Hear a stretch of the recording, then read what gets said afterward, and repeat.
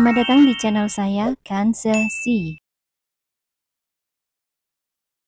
Assalamualaikum warahmatullahi wabarakatuh, teman-teman semua. Sebelumnya saya ucapkan selamat kepada teman-teman guru yang sudah mendapatkan pengumuman dan mendapatkan kode L atau bisa menempati formasi.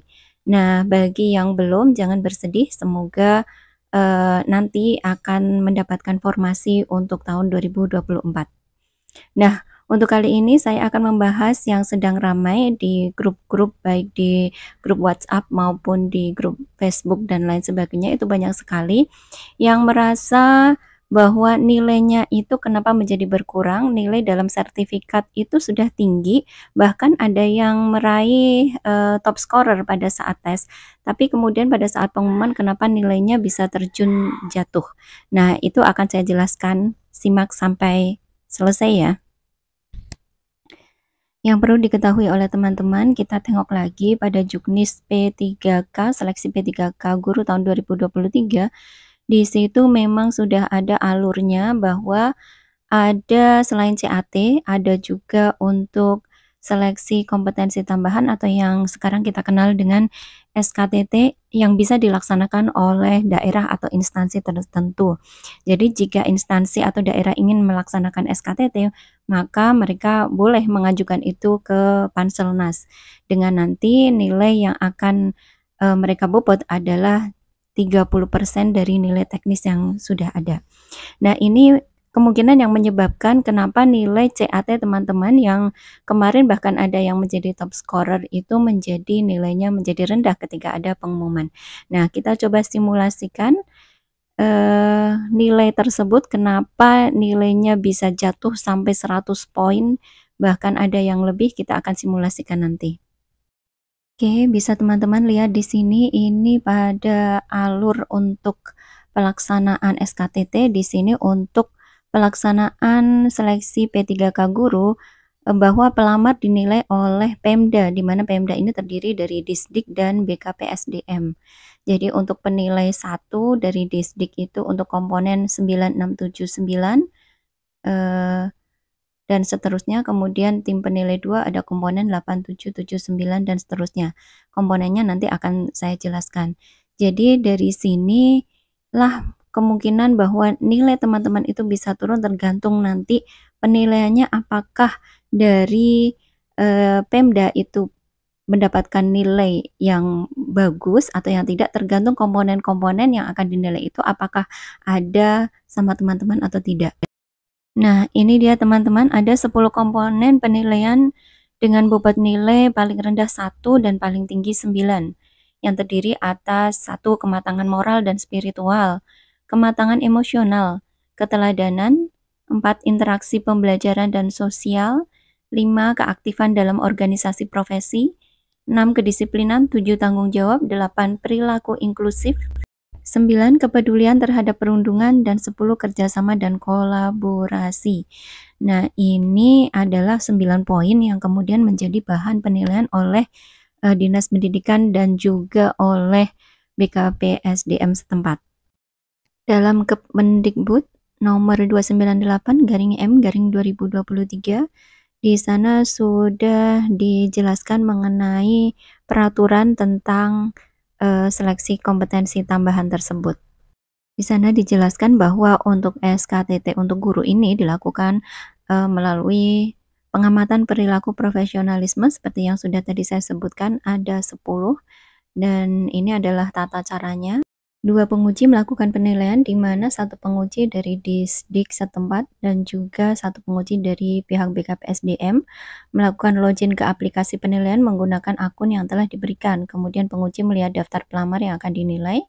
Penguji memilih pelamar yang akan dinilai. Terdapat informasi pelamar berikut dengan penggambaran terhadap dirinya yang sudah mereka deskripsikan di SSCASN.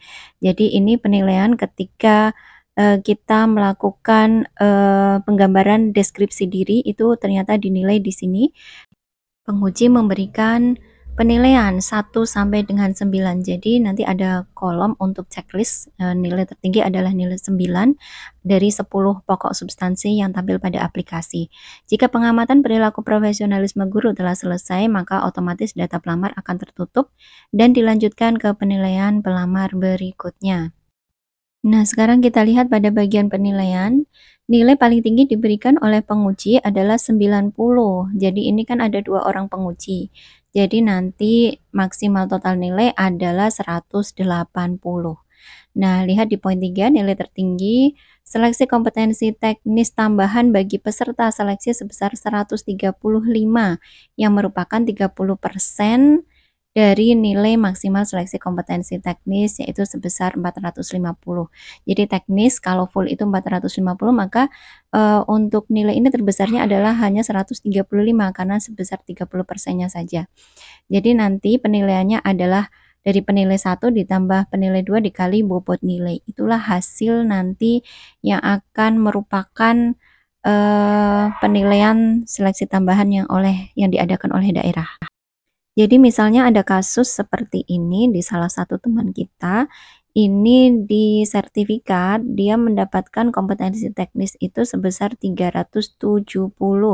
Kemudian pada saat pengumuman dia mendapati nilainya itu berbeda. Nilai teknisnya itu hanya 290. Nah, kita bisa lihat bahwa nilai 370 ini kita ambil dulu 70%-nya itu sebesar akan jadi 259. Jadi nilai yang akan masuk ini ke Panselnas itu sebesar 259. Jadi nilai yang ada di yang pengumuman kelulusan adalah 290. Ini berarti kita bisa lihat dari 290 dikurangi 259 itu ada 31. Jadi bobot nilai yang didapat dari SKTT itu hanya mendapatkan nilai 31 poin. Itu untuk lebih jelasnya nanti bagaimana apakah ada transparansi dari daerah.